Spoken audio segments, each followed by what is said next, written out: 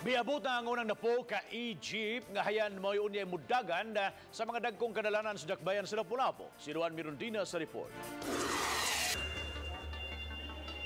Kini ang unang batch sa usa ka gatos unya ka mga units sa Egypt nga magdagan sa mga dagkong kadalanan sa dakbayan sa Lapu-Lapu. Ganiha, giparada ang mga Egypt sa sports complex sa dakbayan o gibriefing ang mga drivers sa mga features niini.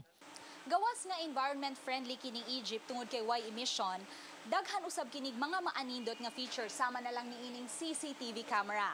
Ug sigurado gayong hamugawa ang imong pagbiyahe tungod kay daghan kaayong mga small cooling fan. Ug syempre, kung malubat ka dili angay mabalaka tungod kay ang mga lingkuranan may mga USB port charger alang sa imuhang cellphone. Ug ang labing importante sa tanan, free ang Wi-Fi dinhi. Aduna kini 22 ka mga comfortable seating capacity ug napo ka mga standing nga mga pasahero ang mamahimo pang ma-accommodate. Hitsas kini sa 12 ka mga battery busa mamahimo kining makabiyahe ngadto sa 120 ka kilometros nga dili malubat. Ug tungod kay may solar panel ang matag Egypt, padayon kining nagkarga og enerhiya samtang nagdagan. Sa Egypt, ipatuman ang automated fare collection system diin pinaagi lang sa pagtap sa card ngadto sa machine ang pagpliti.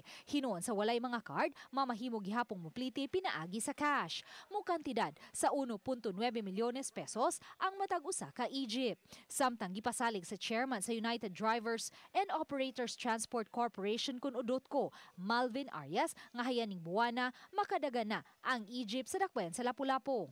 Within this month ma'am muna itong tanagyot kay ang kuwan mo lang sa LTFRB okay naman. Ang LTO mo imong ikuan sila dapat nga processing.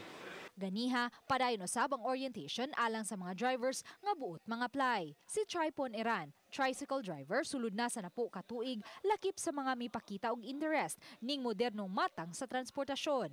Sa gusto po may maka-apply ni kay ni amang gud ang kuan kanang napoy sa benepisyo na siyang dekara sa tricycle na wala man may kuan benepisyo. Pero di gyapon ang biyan ng tricycle. After sa 8 hours, pwede gyapon may mag-drive tricycle.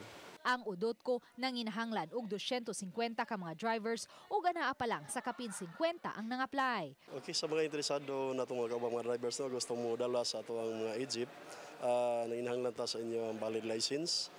Dayon naka-undergo na ta og atong Drivers Academy Seminar. Og taga Lapu-Lapu nanginahanglan po tag CTMS driver ID. Uban ni Rinanti Quiñones. Ako si Luan Mirondina, Balitang Besda.